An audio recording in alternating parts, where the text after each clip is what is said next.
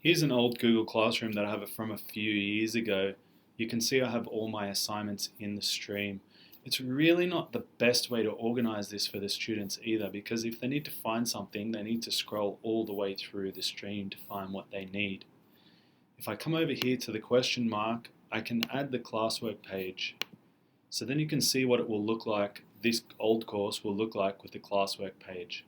You can see now I have the classwork section up here, and it's turned these assignments just into notifications to tell my students that I've added something to the classwork. If I click on classwork, you can see it adds all of my assignments in here, and then I can organize them as well if I like. I can move them around, I can create new topics. So if I click create here, I can create a new topic, which is like a folder, and I can put stuff into that topic too as well.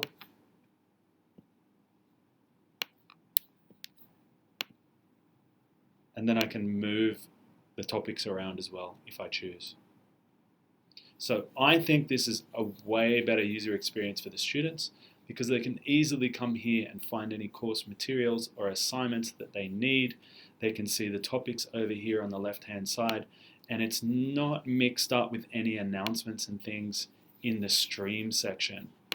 One more feature I want to show you for this stream section, in my classes I remove these notifications because when I want my student to do an assignment, I direct them to the classwork to find it.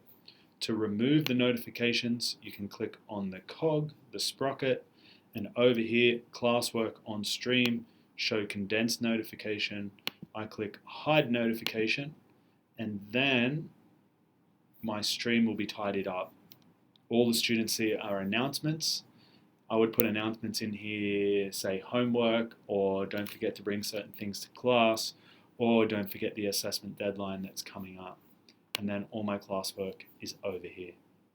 If you want to switch back to the traditional Google Classroom, you can click the question mark over here and remove the classwork page. However, on September 4th, Google will automatically transfer all courses to have the classwork section.